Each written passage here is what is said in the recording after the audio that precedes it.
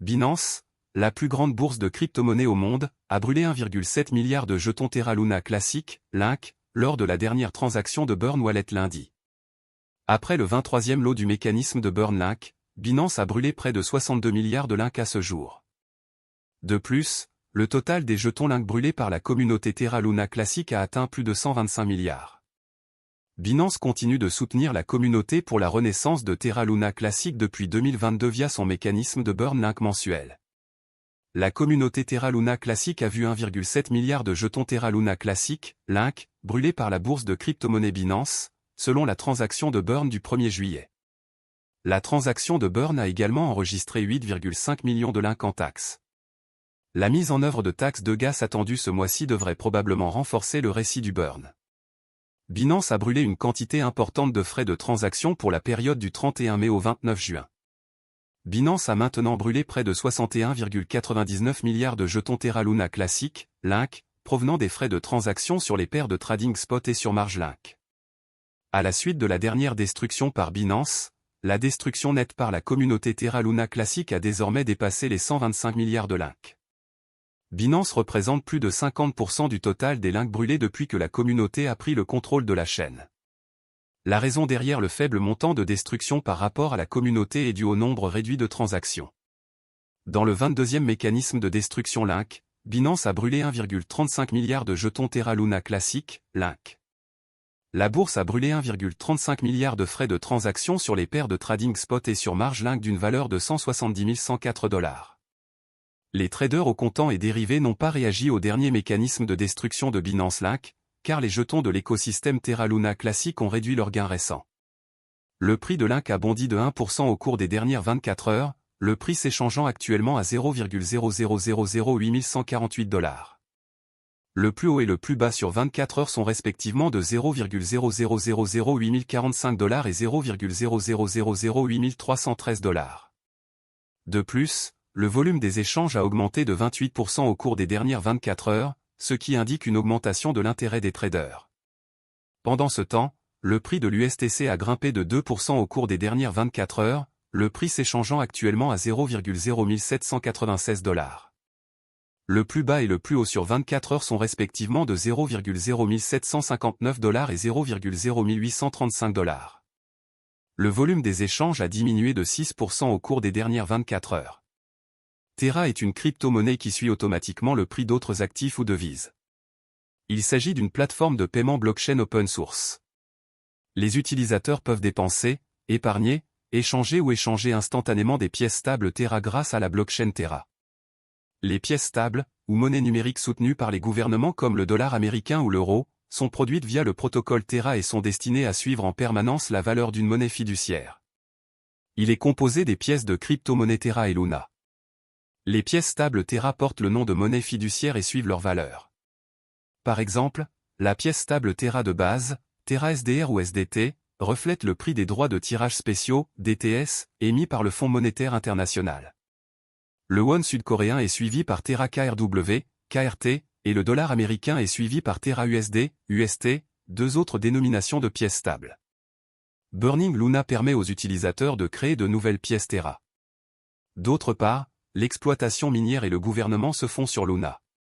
Le jeton de jalonnement du système Terra, Luna, est conçu pour atténuer la volatilité des prix des pièces stables Terra. Les mineurs de blockchain, parfois appelés validateurs, sur Terra sont récompensés par des frais de transaction pour l'enregistrement et la validation des transactions sur la blockchain, pour lesquelles les utilisateurs misent sur Luna. La valeur de Luna augmente parallèlement à l'utilisation accrue de Terra. Principale caractéristique de Terra. Sur le marché asiatique du commerce électronique en pleine expansion, Terra cherche à accroître la valeur pour les consommateurs et l'efficacité des fournisseurs de services de paiement. Terra s'attaque aux applications de paiement de détail établies grâce à l'utilisation de la technologie blockchain Cosmos. Terra contourne l'infrastructure de paiement disjointe actuelle car il s'agit d'une solution de paiement complète de bout en bout. Les sociétés de services de paiement pourraient économiser des centaines de millions de dollars par an en utilisant la technologie de Terra. Afin de superviser les procédures de garantie qui soutiennent et préservent la stabilité des prix des pièces stables de Terra, le réseau crypto utilise sa propre monnaie, la Luna, comme jeton utilitaire et de gouvernance. Inconvénients et avantages de Terra. Avantages. Les développeurs de logiciels peuvent créer leurs propres protocoles et applications décentralisées, DApps, sur Terra en utilisant la plateforme de développement neutre en termes de blockchain qui fait partie de l'écosystème Terra. De nombreux stablecoins connectés à des devises sont pris en charge par le protocole Terra. Les jetons Terra Luna aident à stabiliser son stablecoin. Ils facilitent l'échange entre Luna et les stablecoins pour augmenter ou diminuer l'offre. Terra a dévoilé encore un mécanisme de prêt et d'épargne. Les utilisateurs peuvent déposer de l'argent et recevoir des intérêts sur les stablecoins avec ce protocole. Inconvénient. Ethereum et d'autres projets de crypto-monnaie importants ont encore une longueur d'avance sur Terra. Étant donné que ces développeurs sont coréens, la plupart des transactions en Bitcoin concernant Terra commencent là-bas. Il est trop tôt pour savoir si d'autres marchés adopteront les devises liées à Terra. Par rapport à Ethereum, Terra est moins décentralisé. Certains puristes de la blockchain pourraient être rebutés par cela. Pour être plus précis, Terra est un système de paiement qui fonctionne sur une blockchain. Il a été créé par Terraform Lab, une société sud-coréenne que Daniel Shine et Do Kwon ont fondée en 2018. Ancien employé d'Apple et de Microsoft, Do Kwon a créé une société appelée Anifi qui fournissait des technologies de réseau maillé sans fil décentralisé. En plus d'être cofondateur de la société coréenne de commerce électronique Tmon, plus connue sous le nom de Ticket Monster, Shine est le fondateur et PDG de la société asiatique de technologie de paiement Shay, partenaire de Terra. Dans son objectif de devenir l'un des principaux fournisseurs de services de paiement et de financement décentralisés, DeFi, en e-commerce, Terra dispose d'un écosystème en pleine croissance dans le secteur des crypto-monnaies avec 114 projets dans les domaines DeFi, Web 3.0 et les jetons non fongibles, NFT. Plusieurs de ces initiatives consistent en une plateforme à rendement fixe avec un accès sans friction et des rendements d'emprunt s'appelle encore Protocol. Shay, plus de 2 millions de Sud-Coréens utilisent cette application de paiement. Terra est une plateforme de loterie décentralisée basée sur la blockchain. Les synthétiques ou actifs fongibles qui imitent les prix réels des actifs peuvent être créés grâce au protocole Mirror. Protocole Tally, une place de marché en ligne où les artistes peuvent proposer des services et vendre leurs œuvres. Protocole Vega, une plateforme de trading et de frappe de produits dérivés. Le protocole Terra s'efforce de maintenir le prix du stablecoin Terra stable en s'assurant que l'offre et la demande sont toujours égales grâce à l'utilisation de l'arbitrage. En effet, le principal avantage des stablecoins provient de la stabilité du prix, évitant théoriquement la volatilité typique des crypto-monnaies. Luna absorbe la volatilité du stablecoin Terra et agit comme un contrepoids variable à celui-ci.